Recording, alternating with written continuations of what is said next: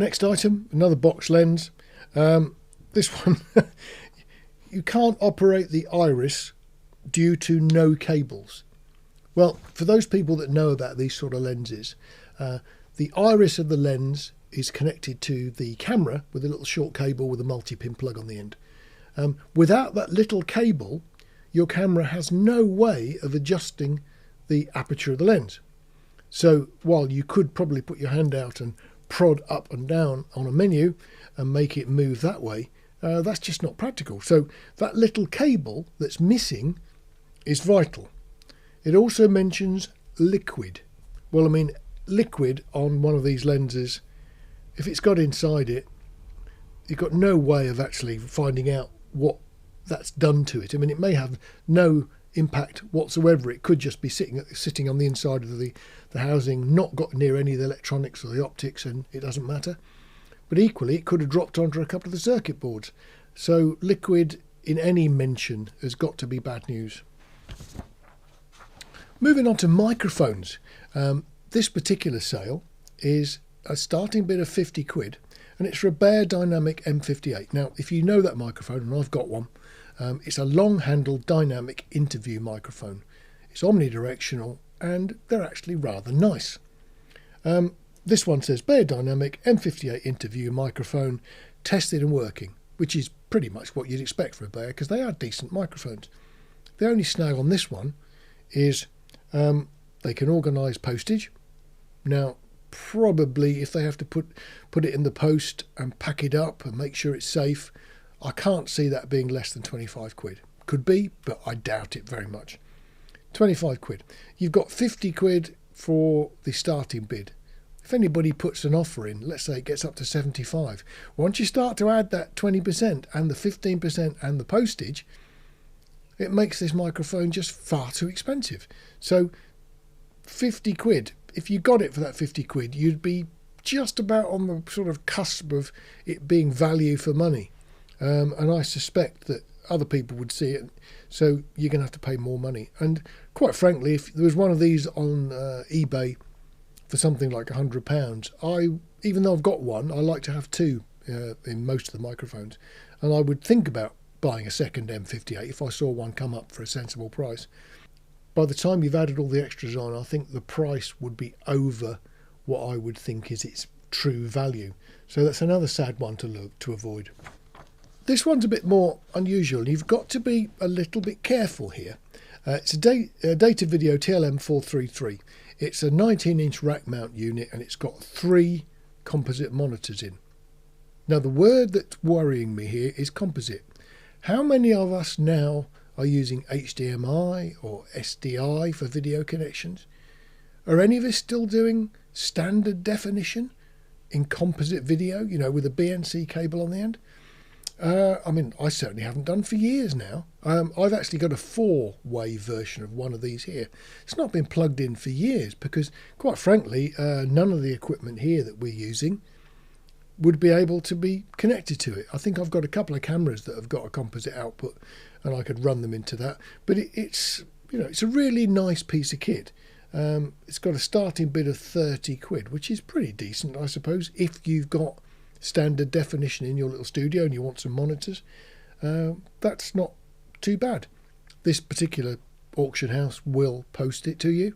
I'm just not sure if it's technology that's obsolete now. Do we really want standard definition composite video?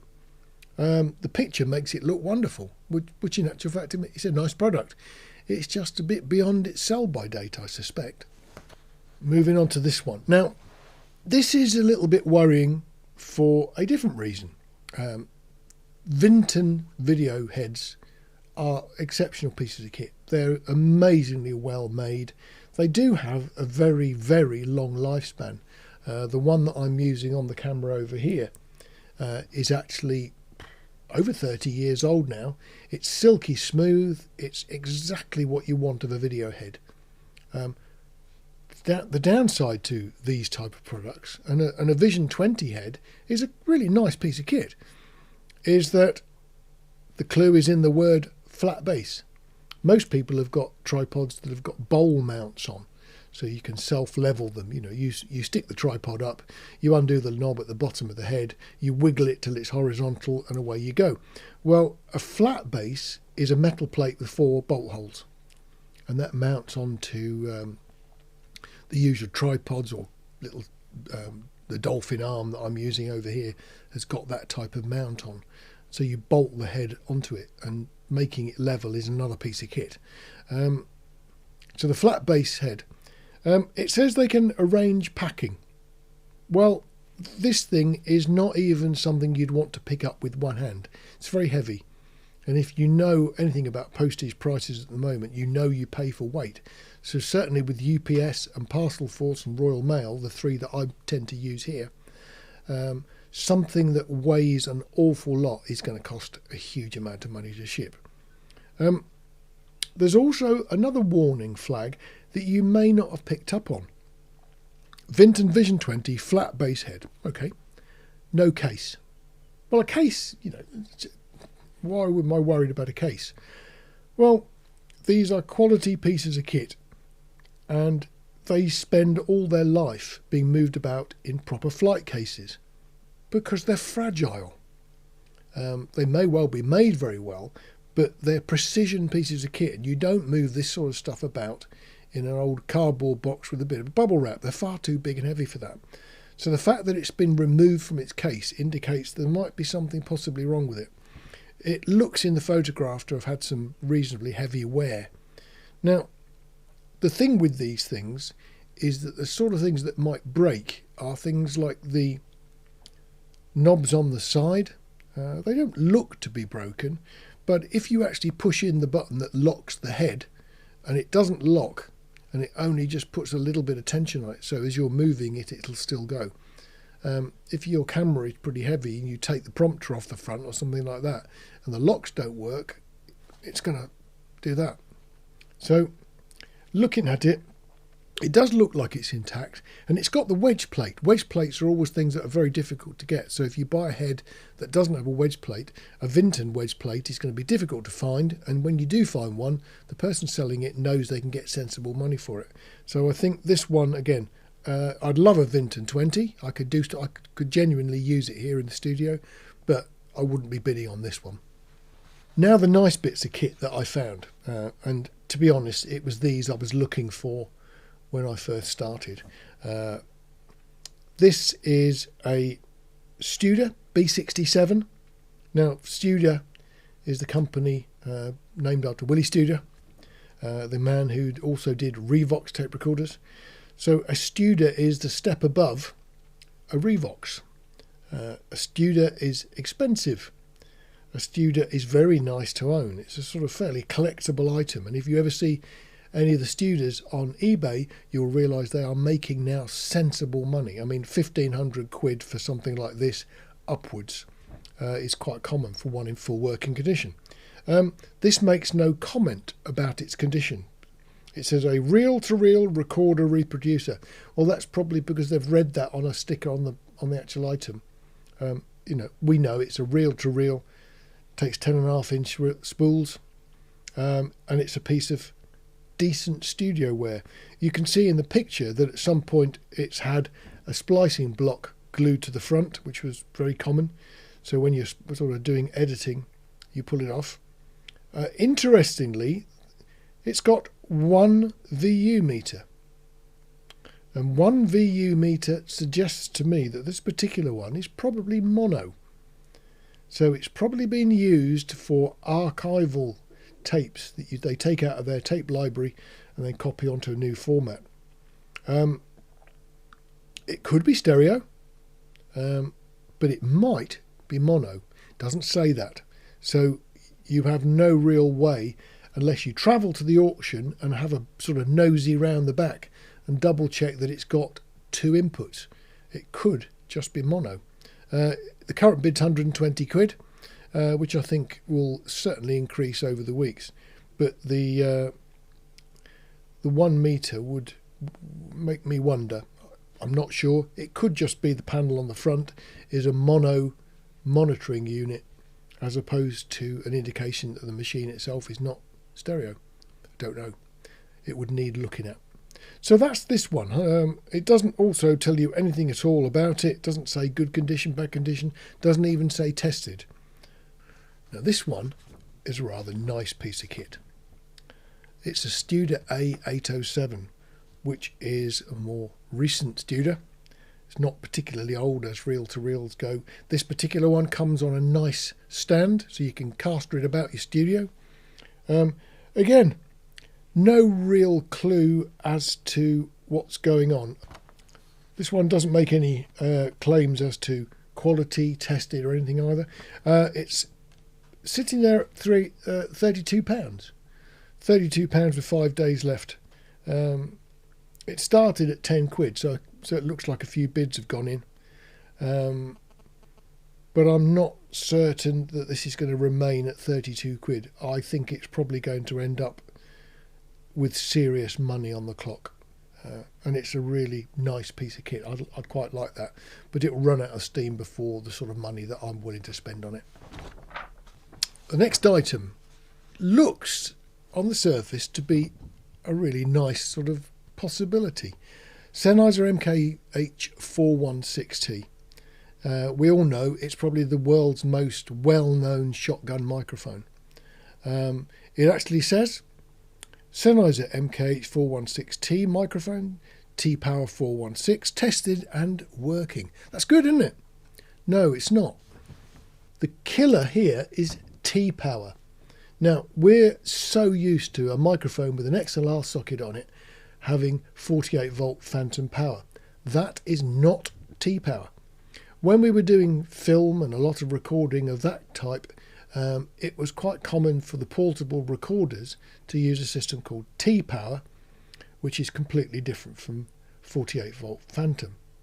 What it means is that if I bought this microphone, I have nothing in the studio here or my studio at home that would make this microphone work.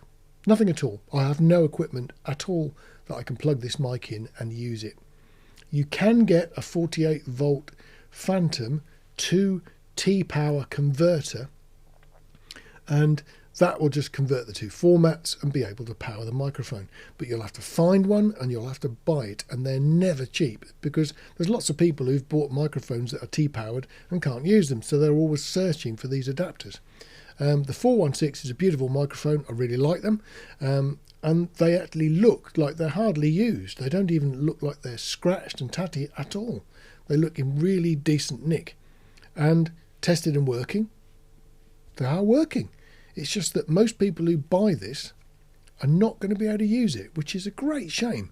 But it's something that they're not keeping secret, but it needs you to know that a 416T is not a microphone for the masses. It's a microphone for those people who've got recorders that give T-Power outputs. So there's going to be an awful lot of people disappointed here because there's people going to be bidding on these things because there's 4 or 5 of them, I think, in the sale. So they're going to be bidding on microphones that they won't be able to use. And that's a bit sad. But they were really, really nice microphones. The other thing you also need to be aware of are piles of job lots of things. So we've got here Betacam SP. These are the full-size, highly specified machines that were popular in the 90s, running into the 2000s. And they were nice. DVW A500s were really nice bits of kit. The snag is that these ones appear to have been modified. Now, the blurb on it says 3 Sony DVW A500p digital video cassette recorders, 1 with a broken panel. Okay, so that's spares, is it? Okay. No playback, no decoder. Well, Betacam SP, superior performance, I reckon, as these have come from the BBC, they may have just been modified, the Betacam format developed from its original type into Betacam SP, and Betacam SP superior performance had electronic and mechanical differences. If these ones will not process the SP tapes, then what are you going to buy them for to play? I mean, they're junk. Sadly, they're very, very expensive and clever and wonderful looking pieces of junk. So nobody is going to go and buy these. I mean, they're starting at 10 quid for 3. And they look extremely impressive, and I guess maybe that's why people are buying them, for a bit of sort of set dressing. That would be quite good, wouldn't it? But you won't be able to use it for anything. And the chances are, at this age, they probably don't even work. It doesn't mention that they've been plugged in and tested in any way. So really, it's 3 doorstops. They're also incredibly heavy. So what are you going to do about that? Drive 100 miles to pick up 3? No, it's just not worth considering. So I hope I've tried to impress on you the risks of buying second-hand gear at real auctions. You can waste a huge amount of money. And don't forget, even if you don't go and pick them up, they may charge you extra to get rid of them. So at the end of a sale, if they're still sitting there in that auction room and you haven't been and picked them up, and they have to pay somebody, because they're obviously a business, they can't just take it to the local tip for free. So if they have to spend 50 quid to get rid of something, you are going to pay that. And you've agreed to do it. And it's no good going to your credit card or debit card company and saying, oh, you know, I was tricked. You weren't. It's most important that you read those terms and conditions, because what you're actually agreeing to do is buy the goods at the final hammer price, subject to the VAT and the buyer's premium. You probably also agree to perhaps a storage charge or a disposal charge if you don't collect them. And if you even ask them to post them, you've got no control over how they do it, what service they use, and how much it's going to cost you. So buying from an auction can be quite rewarding when you get a real bargain. But sometimes new people to auctions end up spending huge amounts of money on things that they should never, ever have bought.